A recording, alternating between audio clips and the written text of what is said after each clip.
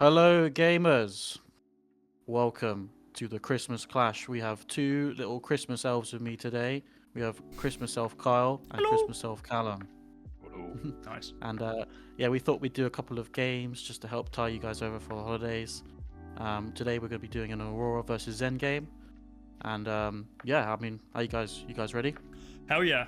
Ready and waiting to kick this one off, mate. Just letting you Alright. guys know, I've got a big shift tonight, so Yeah. we'll have to get this one done pretty soon if that's Yeah, all right. we need to working get out late. of here relatively quick. It's a late one. Yeah, I think they're packing the sleigh up as we speak. That's what that Alright. noise was. Ah, I see. All right, but before we get started, Callum, did you want to just quickly talk about your equipment? And, So I'm on yeah. a pretty standard Zen equipment suite now. I think everyone knows what Traverse, Kasaya, Shuko does, but I'm opting to play AB1 in this matchup. Just not letting Cole get too much over on me with the CLV burn ups and those sorts of bits. It also lets me turn my no block blues in the Transcend cards into 3 value potentially on an Arc Lightning turn, which is not bad. Yep, sounds good. And what about you, Kyle? Anything spicy going on? No, pretty standard. Crown of Providence, you got Tunic, is pretty standard in most decks. Grass of the Art Knight, and I suppose the most contentious piece is the Snapdragon Scalers. A lot of people will be familiar with Lightning Greaves, the fact that it blocks 1, has AB1, and has that instant activation ability, allowing you to do those silly turns of God in the Flash. Snapdragon Scalers doesn't need you to pitch, basically, and gives you that out on more flexible positions.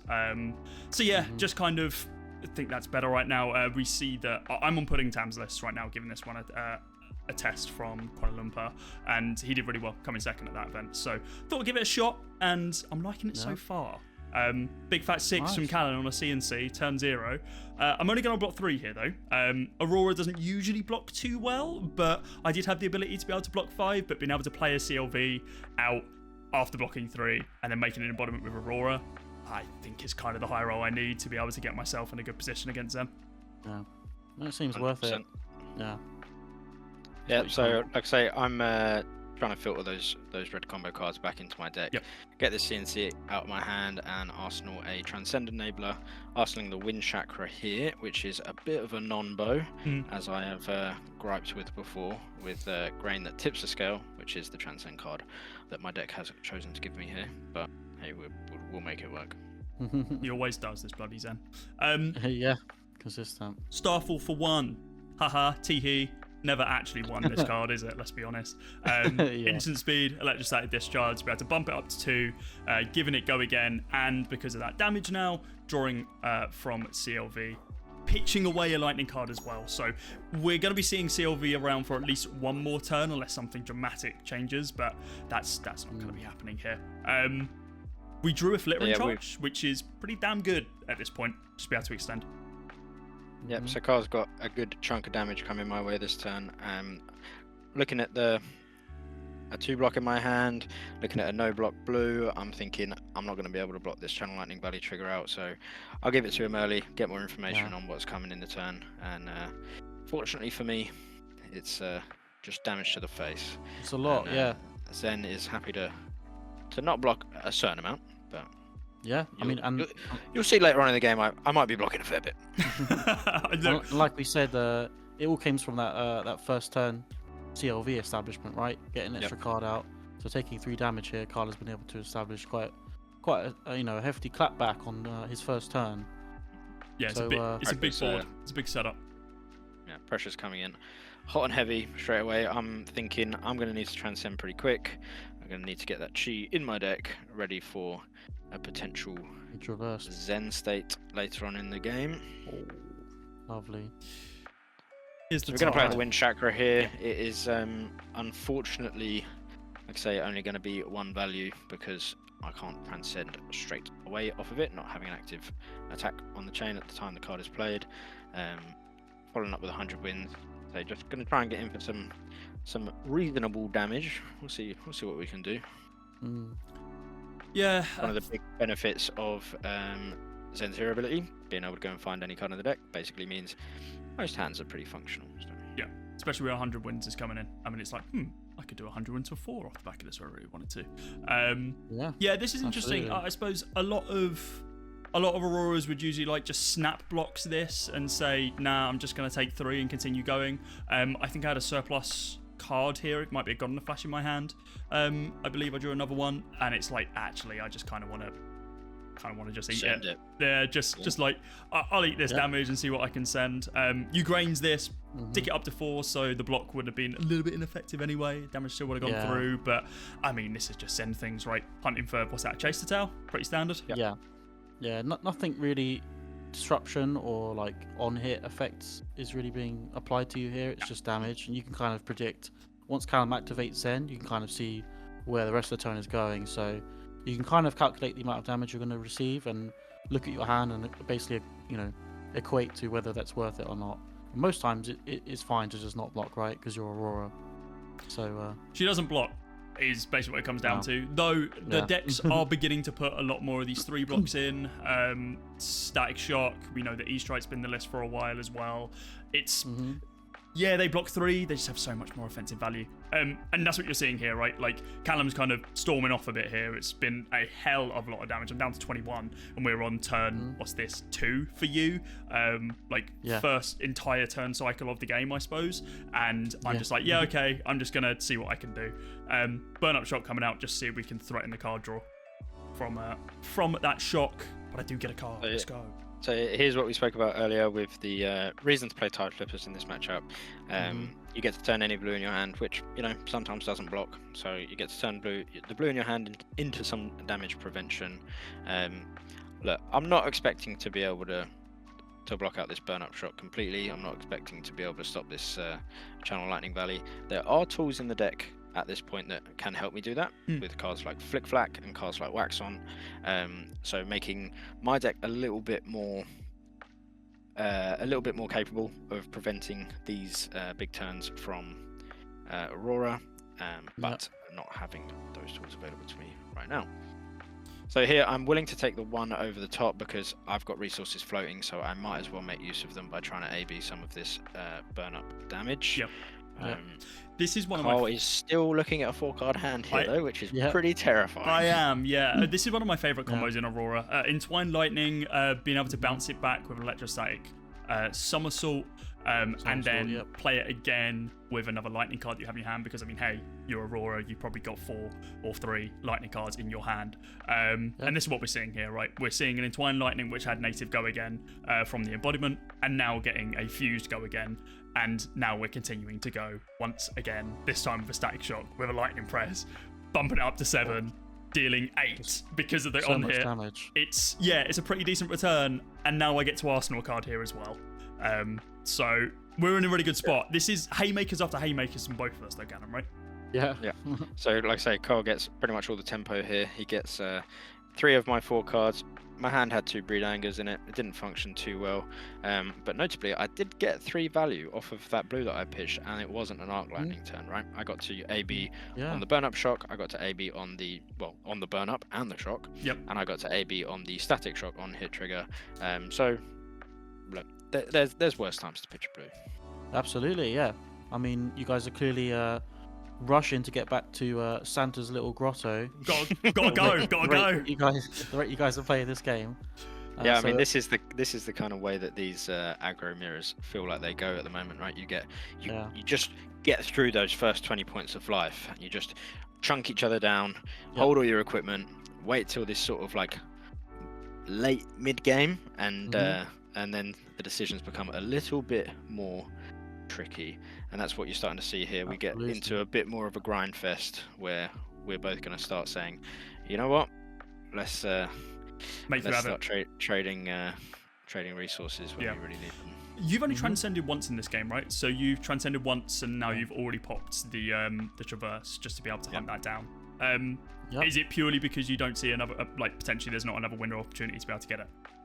Or so here I'm, so I say I've only transcended once, but I've only played 3 turns this game, right? I started the turn, I had the chase the turn, and I Arsenal the card. So I've not had a load of opportunities to transcend, but Aurora has already pushed me below 50% of my life total, and it's got a big Arc Lightning turn. So pretty scary. However, I have got a Flick Flack here, which is going to get a good chunk of value.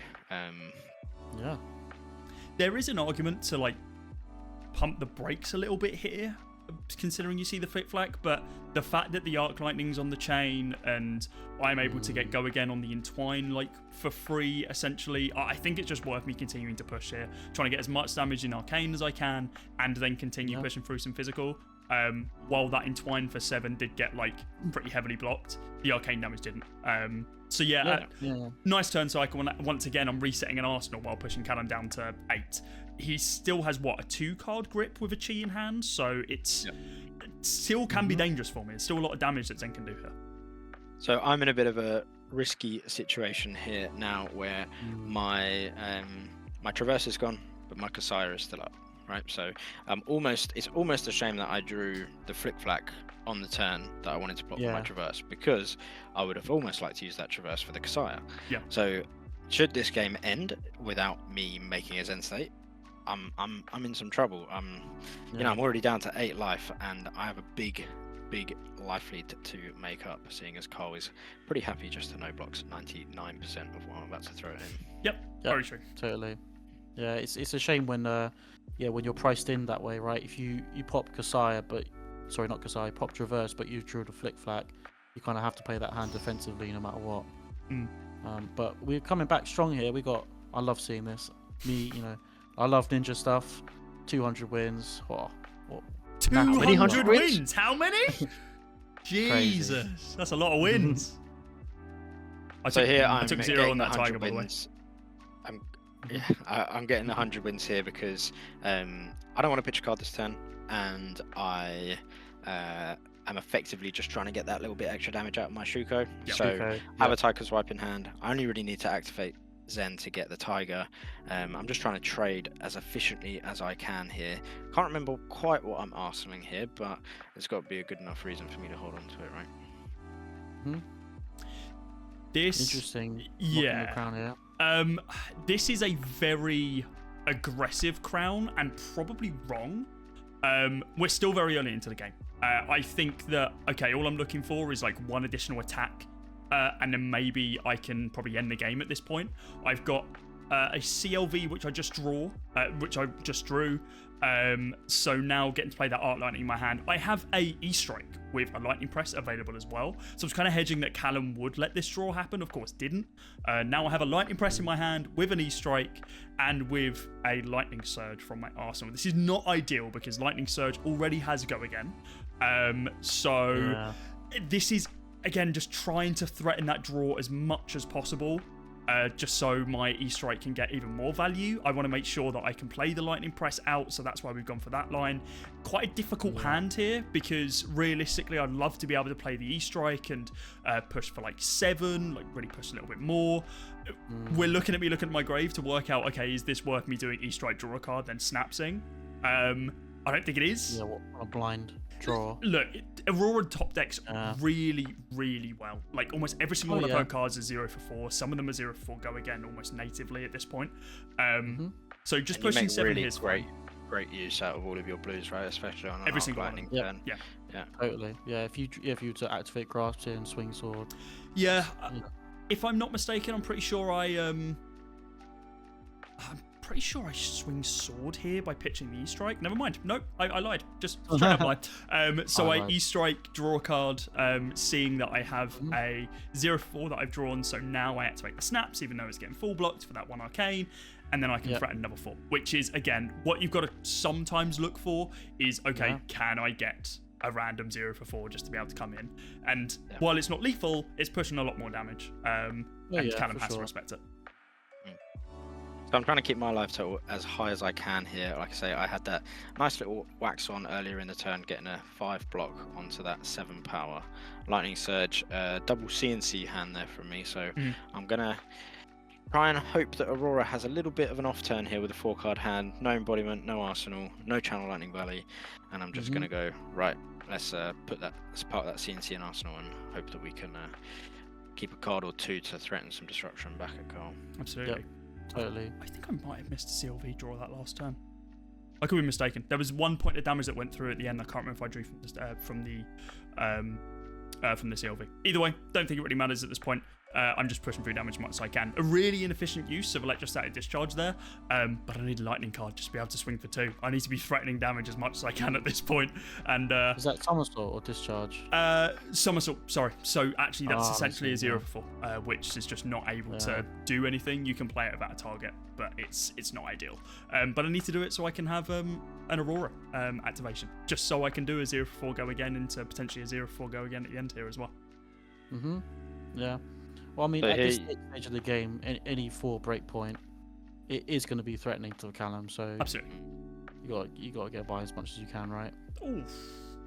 So yeah, this is very, very fortunate turn of events here for me. So as I spoke about earlier, I'm in a bit of trouble if I don't ever get to use this Kasaya, right? I used the Traverse, but luckily for me, I used arguably the best 2 Transcend cards I could have drawn there. The Homage and the Drop in the Ocean, effectively blocking 2 with 1 card, but also making a Zen state. So here I'm like, right, this is my pivot point in this game to I've got to do as much leg work as I can to close this gap while this Zen state is on the board, right? Aurora, a deck that Zen state can really do some work against, especially on those nasty Arc Lightning turns with all those 1 pings from the go agains and stuff. So got to try and convert this hand into as much damage as possible here. Absolutely. I think Zen states are so useful against someone like Aurora because, like you say, of all the Arc Lightning pings, all the Rune Chants, and not to mention all of the 0 for 4s when cleanly blocked by a 3 block mean that you are effectively blocking 4, which is pretty nice. You're alive, basically. When, I am alive. When you would usually have to be giving me 2 cards, you can give me 1 and say, well, it's covered. Good Zen activation here, I think. I'm pretty sure this is where you start chaining something pretty gross together to be able to not claw yourself back into this, because you are very much still within a winnable position, and it's just not there's looking always good. There's always the chance, lads, that Aurora draws 4 no blocks, you present 12 damage, and she goes, no blocks. I'm dead, or I got to give you all my armor and all this sort of stuff. So here I'm, like I say, Shuko's gone, so not an ideal situation here, but I am trying to convert every card into as much damage as possible. Maybe make Cole think about this Tiger Swipe hit a little bit more. I'm an aggro player. I don't think too much, but I think this is my brain going into overdrive. I've seen 4 damage on the chain. I'm like, what the hell? That's what I do. That's not allowed. Surely you can't do this. Yeah, true. I believe this has an on hit technically. So. By definition of when it hits, it does a thing. It does. I think I'm worried about giving you the Crouching Tiger here. And maybe this is my inexperience playing into Zen. I just have a weird feeling there's something you can do which is completely egregious, which would blow me out the water in a longer combat best case scenario here for me, the absolute best case scenario here for me with this Tiger Swipe hitting would be a blue from hand and a Mauling Key from Arsenal, because it would mean I get to swing the staff, come in with a Tiger for 1, that's 3, plus the Mauling Key for 5 with the on hit of 1. That is definitely presenting lethal at a point in which if you had blocked the Tiger Swipe, that wouldn't be a possibility. You do actually save yourself an extra point of damage on this turn because the Pouncing Key is coming in for 3 rather than 4 when it would, if it would combo with the Tiger. So Tunic getting 2 block value there in a way. Correct. So this is my last opportunity to make the best use of this Zen state that I can. What are you thinking about in this situation? Because I'm checking a deck for a certain card. Are you even thinking about Lightning Press? Well, as you can see, I'm presenting. I'm thinking about blocking with 2/3 blocks here, and now I'm going to have a dig for the same card. I think as well. You may even see me. So it's we're both obviously thinking about Lightning Press here, and this is. So look, I can block this with the 3 block. The on hit's not going to matter because the Zen state's going to prevent the 1 from the 4 coming over the top and the 1 damage dealt by the hit trigger. And sometimes you just got to say if you have it, you have it. Yeah. And guess what? He doesn't have it. I don't have it. But what I do have is another 0 for 4, which will still garner some level of respect. Yeah, you do get to keep a 2-card hand and a card in your arsenal, but being able to rip out what's that? An Ancestral Harmony, which we know is devastating if it hits.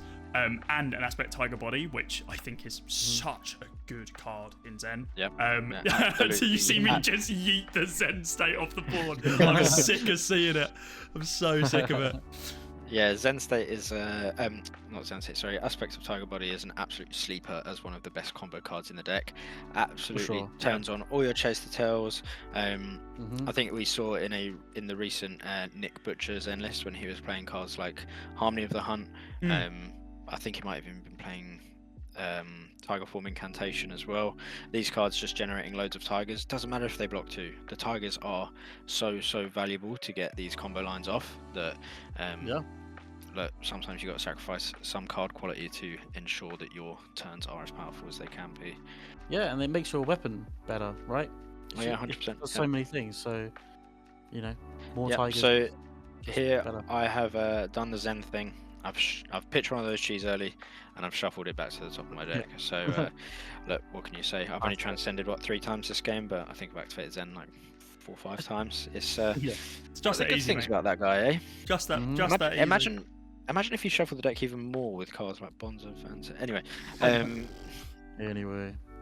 so if you remember, way back when, about 3 turns ago, I arsenaled a little card called Command and Conquer. Command et Conquête for you French listeners.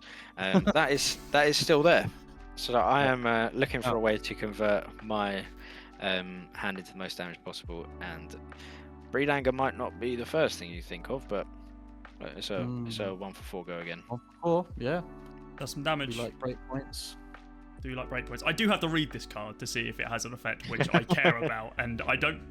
I'm pretty confident I don't in this situation because it's not an attack, right? It just creates a tiger. So the tiger's available. He could, and I'm pretty sure I say to Callum, is like, oh, okay, so this comes in for 4, and then you swing the Kakara for 1, and then the tiger comes in for 1 as well. I'll just block the 2 here, just for like value block essentially, because I need to get it at some point. I have a weird feeling that this turn isn't going to be going on for much longer. The tiger comes in for 0, and then there's a CNC. I'm like, oh, well, I'm on 6. That's the last thing I needed. So we needed to find absolutely any way to threaten lethal at this point in the game, right? And again, as we spoke about, Aurora with those no blocks, yes, you might draw enough blocking cards to live, but you might leave her with a hand that just doesn't do anything, which is Very true. real kicker, right? So I'm trying to present lethal. If you sort of remember, I was massively on the back foot a few turns ago, staring down the barrel of lethal, and we have converted that Zen State into exactly what we needed to, a position where we are back to trading cards with the Aurora. So I take 3 here. I don't have an arsenal. I think I've got to try something a little bit desperate. I have a E-Strike in my hand. I had an Embodiment of Lightning, Sigil Lightning to be able to get an Embodiment of Lightning onto the board to be able to do E-Strike, 4 go again, drawing a card. I draw another E-Strike. This is probably the worst card I could have drawn in my deck. And you'll notice that Grasp is not on the board right now because I put it in the grave. But if this was a blue, this would do the exact same thing. That this would be so much better. So much better. I think I get every single card from Callum's hand at that point. Because if it's a blue, I can activate Grass to be able to make a rune chart and then just come in for 1. But instead, I come in for a flat 1 and have to hope and pray that Callum can do something, anything, to be able to block this. And he doesn't. He just goes to 1. And I'm like, well, crap. What am I doing now? We're in a really awkward spot. Like you said, you are looking for that 0 for 4 to potentially present 9 damage off of a small hand, which would be good to take all of my cards. And I'm a deck that's playing a few no blocks as well, so you never know what could quite happen. Awkward one here as well. Scar for Scar, just garnering a block because there's no way that's getting go again at this point. My opponent is on 1. I cannot go lower than 1 or I die. And then a Morning Key for 5. While the on hit isn't active here, I think I just have to respect this one and chuck down 5 damage, 5 HP of blocks and be like, look, I just can't really take any more. There is a world in which I just block 3 and try and play a little bit greedy. I believe that's a Rabble in my hand alongside, I think, a Lightning Surge. I'm looking into the deck. I'm looking into the grave. What on earth could he be playing, setting up here? I believe I'm looking for defense reactions to be able to see how many of them he's played. I think it's only the Wax-Ons and the Flip-Flacks, that I've seen. It might be only 1 or 2. I'm just trying to see what I could get blown out by here when I come in for 0 for 4s. and I just realise it's not worth it. I block with a Arc Lightning and a Current Funnel just so I can have a card in hand and see what I can push through. If I remember correctly, I'm absolutely over the moon that I'm in a position now where I have the tempo. I am looking at 2 no block cards, however, though. But yes. but I'm in a position here where I am. Look, I've won Zen games from worse positions than this. It's absolutely a winnable position when you're trading these 2 cards from your opponent. Oh, ambush. Yep, converting the Tiger Eye Reflex into a Tiger here basically means that my hand, which has a Chi in it, means I get to play a Chase the Tail off of a 2-card hand. So very, very, very nice for me here, and I'm pretty convinced that this is going to get me over the line here. I know something Callum doesn't know, and it's something I've been digging for and hoping for, and one of the reasons I was looking at my grave, and you'll see it in my hand there, it's a burn-up shock, and I'm hoping and praying, the one floating that Callum has, that he chucks something at me that costs 1. I just need it. I'm like, okay, I can win this. I have the one thing that I need to, because if not, the blocking value in my hand is not good. It's a burn-up shot which blocks a 3, 2 blocks, and I think I have an electromagnetic somersault, which will help with the blocking, but it won't give me tempo. It won't set me up for anything. So explain this. Why did you look for burn-up shock, Carl? What is it that you're looking for? Burn-up shock is 2 separate cards, right? With meld. If I play it on my turn, the burn-up's active, the shock active, it pings you for 1.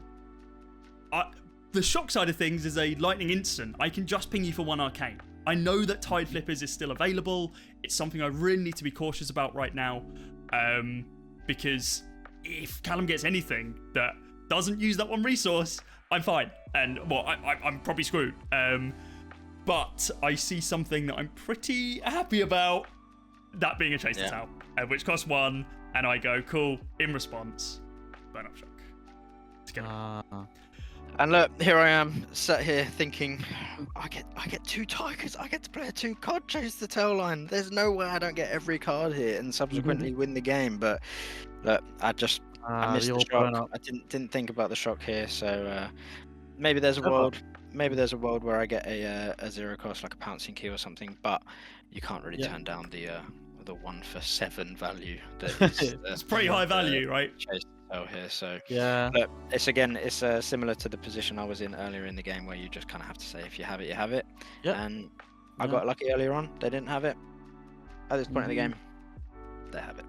It's really interesting because like you mounted such a huge comeback in that game. Like I took an amazing lead, a great like opener, was pinging you down for a lot of damage. I think you went to 8 when I was on like above 20. And then you start bringing it down, and the game ends 2-1. Like that is as close as aggro games get, and we were both kind of throwing haymakers towards the end. Yeah, and let's be real, if shock is 4 or 5 cards deeper in the deck, there's a world where it's my game, right? Because you take it. Who knows? The next hand has floating resources, and you're never in a position to shock me with nothing left. So look, sometimes that is the way the cookie crumbles, but pretty cool way to end the game, right? One to look out for, you budding Zen players and Aurora wannabes. Well, another wannabes. Another thing to keep in mind is that isn't the only way of dealing arcane damage to your opponent, right? In their turn. Sigil of Suffering is a card that a lot of Auroras are playing. I'm not playing it against Zen. There is an argument that cards like Sink Below should be coming in, so maybe there's a world you can run Sigil of Suffering for that high roll on CLV as well. But I think you just want to be going. Right? Yeah, you just want to go. You just want to put your foot on the pedal and you want to send it as quick as you can. And thankfully, Aurora allowed me to do that today. The deck's been really, really fun. Look, guys, it may not be Brute's time to shine. It may not be the format for Brute, but Reckless Swing is still alive and well. Burn up shock. Hell yeah, it is. And don't I fucking know it. We've all been burned once or twice by Reckless Swing or burn up shock, so it do be like that. Shocking. It's tough. But there you are, lads. Pretty nice chill game, pretty fun aggro racy type game, a little bit of mid-range towards the end, but ultimately these 2 Christmas elves, they work hard, right? So We got to crack Got to on. send them off. We got to send them off soon. I just want to say, Carl has absolutely ruined my Christmas with that one. Well, look, mate, those toys aren't going to build themselves, so I'm going to take that extra 30-minute break that we bet off the back of this game. So, whoa, the hat's come off. He's fuming. He's fuming. Cold in the stocking, I reckon. Real quick, guys. To everyone watching, he froze. He had enough. Yeah, real quick, guys. Everyone who's watching, thank you for an awesome year of CupofTCG. It's been super sick. Merry Christmas if you celebrate. And he's gone. He's gone. This is the rage that we've just imbued in Callum. Is that he's raged and left. But guys, Merry Christmas. Have a lovely new year. We're going to be continuing to bump out more videos. This probably won't be the only one you see this year. So yeah, absolutely. Stay tuned. Thanks for watching, guys. Merry Christmas. Thanks, guys. Bye. Bye.